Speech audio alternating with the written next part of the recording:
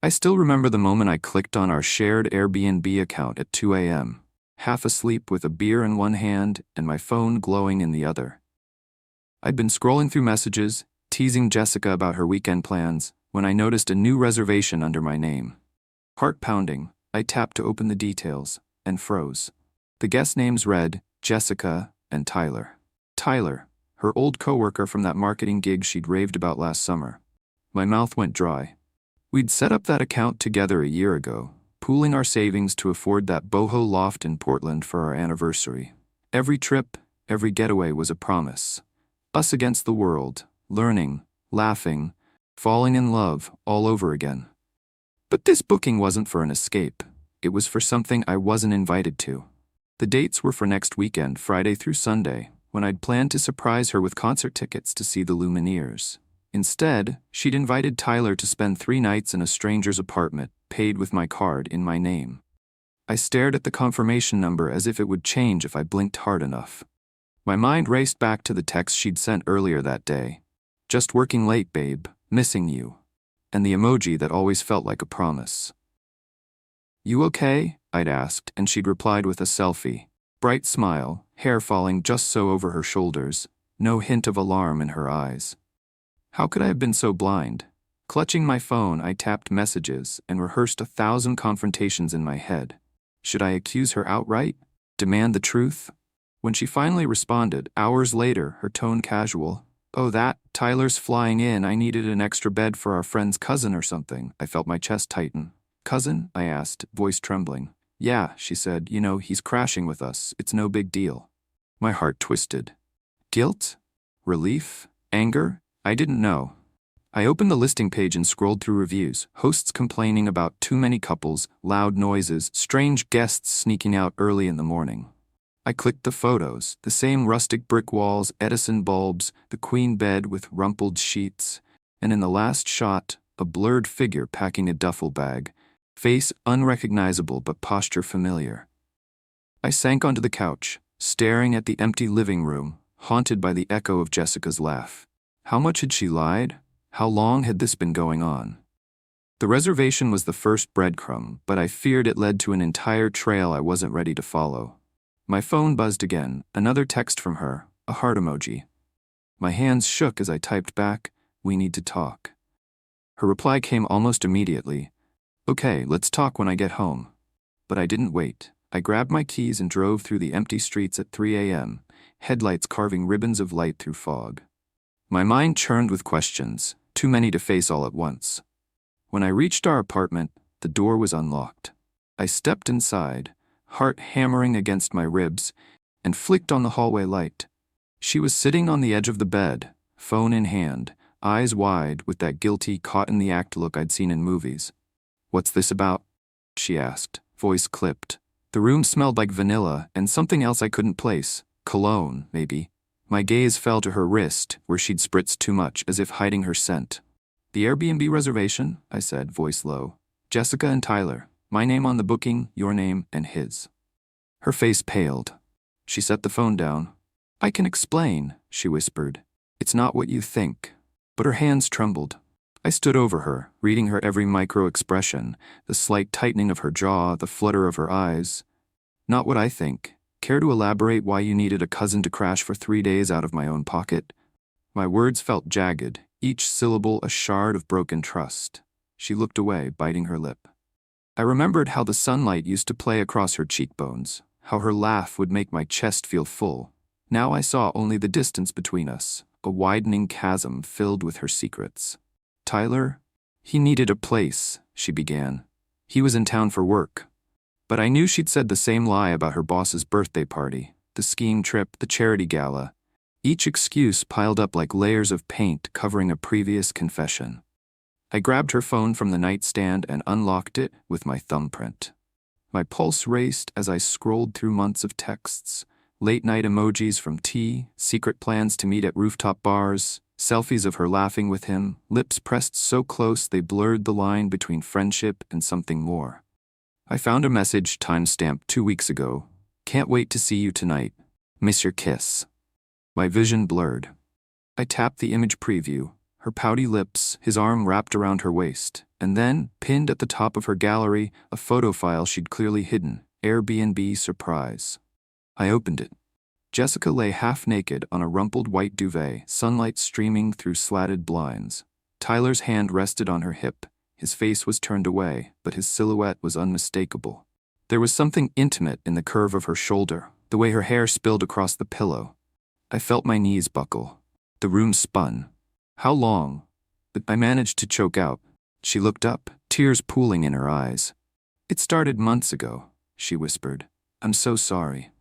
That single sentence felt like betrayal incarnate, a wound opening wider than I ever thought possible. I slid off the bed and walked into the living room, leaving her to our shattered promises. My phone buzzed again, a calendar reminder for the concert I'd bought months ago. The Lumineers, playing next Friday, the night she'd chosen for her secret getaway. I picked up my keys and jacket. I need air, I muttered. Outside, the city was washed in the pale glow of streetlights, empty and indifferent. I leaned against the hood of my car and let the cool breeze slap my face, hoping it would sting away the numbness. Somewhere in the distance, a siren wailed.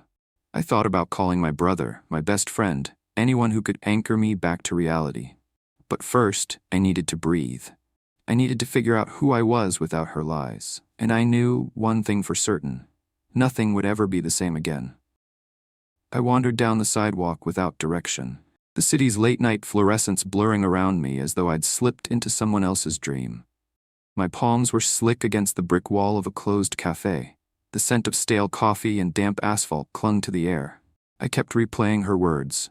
It started months ago, like a broken record, and every echo perforated my chest. Months. How many dinners had I sat through, oblivious? How many nights had I drifted off, believing her warmth beside me was real? I raised my head and saw a 24-hour diner glowing at the corner. The neon sign buzzed in electric teal and pink.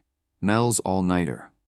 Inside, a handful of insomniacs nursed coffee cups with faces drawn in fatigue. I slid into a vinyl booth and ordered black coffee. My fingertips trembled as I fished out the concert tickets from my jacket pocket. Friday, 2 front-row seats. I stared at them as though they were relics from another life, mine, but without her. Once the pot clicked off, I did what I should have done hours ago. I called my brother Dave. He answered on the second ring, bleary-voiced but instantly alert when I told him to come get me. Jess cheated on you? Shit, man. I'm on my way. His words were a lifeline. I ran my tongue along my dry lips, wondering if tears still existed inside me or if they'd all leaked out in that apartment. An hour later, Dave pulled up in his beat-up pickup. We didn't talk on the drive home. The hum of the engine filled the silence. At his place, he made us grilled cheese sandwiches at 4 a.m., in mismatched socks and a college lacrosse sweatshirt. I bit into mine, the cheese stringing between crusts like stubborn lies clinging to truth. Dave didn't ask questions. He just handed me a bourbon neat and nodded toward the living room couch. Tell me when you're ready. The bourbon burned down my throat and I closed my eyes. Memories rose like ghosts. Our first date at that hole-in-the-wall taco joint, her laugh echoing as salsa music played. The night we moved in, hauling boxes up 3 flights and collapsing into bed, sweaty and triumphant. All of it had felt so sacred. Now it felt like smoke slipping through my fingers. I found myself back at her doorstep before sunrise, keys in hand. I unlocked the door and stepped inside, half expecting the hush to morph into her soft breathing. Instead, there was only the weight of empty rooms. I walked through the apartment, fingertips grazing the dresser where her perfume sat, untouched. I opened the closet door and found Tyler's suitcase, still there, half-packed, with a crumpled receipt from that Airbnb tucked between his socks. I gathered the suitcase and carried it to the doorway. Down the hall lay her phone, screen cracked from when I'd slapped it out of her hand in anger. I picked it up and tossed it into the case. A silent verdict. I crossed the living room and picked up my own duffel from under the bed, the one I'd packed for Portland, the one I'd been too confident to unpack, thinking I'd never leave. By sunrise, the apartment was hers again. I was standing on the stoop with 2 bags at my feet, suitcase in hand, front row tickets burning a hole in my jacket. The city stirred behind me, a new day beginning. I didn't know where I'd go next, but I knew I couldn't stay. I took a deep breath, hoisted my bags, and stepped into the street, leaving behind the half-truths, the satin sheets, and the promise that it's not what you think. Everything had changed, and I was moving forward. I didn't make it to the Lumineers show. I sat in traffic on the highway out of town, the city's skyline receding in the rearview mirror like a fading dream. The front row tickets burned a hole in my jacket pocket, proof that moments once filled with anticipation can twist into shards of disappointment you carry with you. I rolled down the window and let the night air slap my face, hoping it would clear the ache in my chest.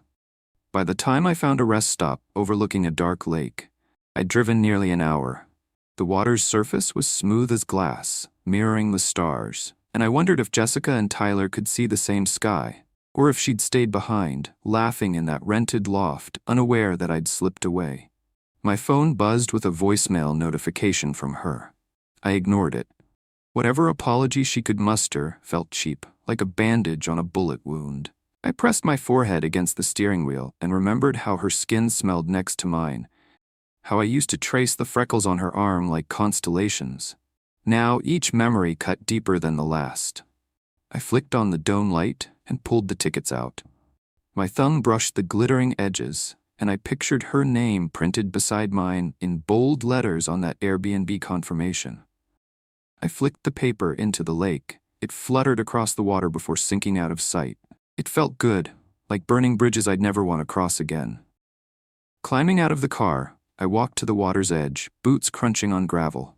The lake was pitch black, but I could hear the gentle lapping of waves. I crouched and cupped my hands, splashing cold water on my face. The shock jolted me, with pain, but also with clarity. I wasn't going to drown in betrayal. I'd survive it. I sat on a mossy boulder, knees drawn up, and let the night soak in around me. That's when I called my friend Mina, who'd always been the voice of reason. She answered on the first ring. "Hey," I said, voice raw. "I'm at Lake Ridge. I need to crash there if you can pick me up." "Be there in 15, she said, her tone soft but firm. "You don't have to do this alone." I closed my eyes and let her words settle. A lifeline more comforting than any promise I'd ever held. When Mina's Prius rolled into the lot, I climbed in without looking back. We cruised back toward town in silence, headlights cutting through dawn's first haze. I knew the road to healing would be long, with detours through anger, grief, and self-doubt. But for the first time since I'd discovered that reservation, I felt a spark of something like hope. I'd reclaim my story, no longer defined by her lies or by Tyler's shadow. I'd write the next chapter on my own terms, one breath at a time. I woke to the sun filtering through the blinds of Mina's spare room, the hum of early Saturday morning already alive outside. My body ached from sleeping on her couch, but for the first time in days, I felt something more than dread. Over toast and strong coffee in her kitchen, Mina listened while I recounted the last week's revelations. She didn't mince words. "You deserve better than someone who treats you like an option." Her certainty felt like medicine. Back at my apartment that afternoon, I took a deep breath before unlocking the door. The quiet was disorienting. No perfume bottle on the dresser, no suitcase in the hallway. I walked each room, gathering the remnants of our life together. Her toothbrush, the mismatched throw pillows, the vinyl of her favorite singer left in the player. I boxed it all up, separating out what I wanted to give back or donate, what I wanted to keep as a reminder that I survived this. My hands trembled when I opened my laptop to our Airbnb account. I changed the password, removed her as a co-host, and canceled the Jessica and Tyler reservation for good.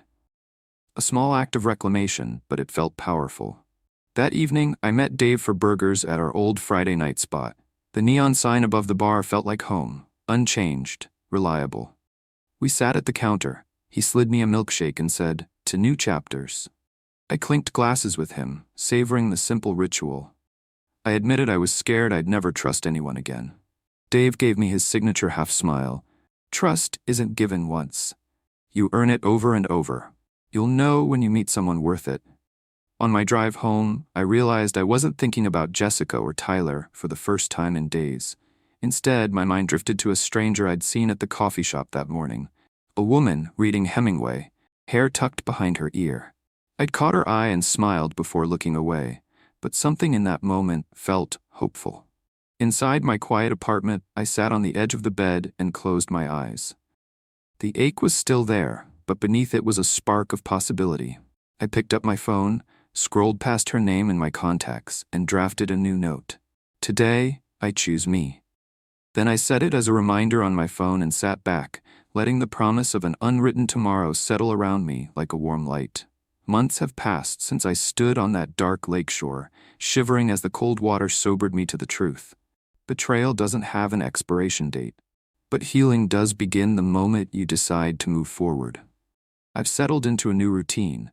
Morning runs along the riverwalk before the city wakes, headphones on, breathing in the misty air and letting my thoughts steady themselves mile by mile.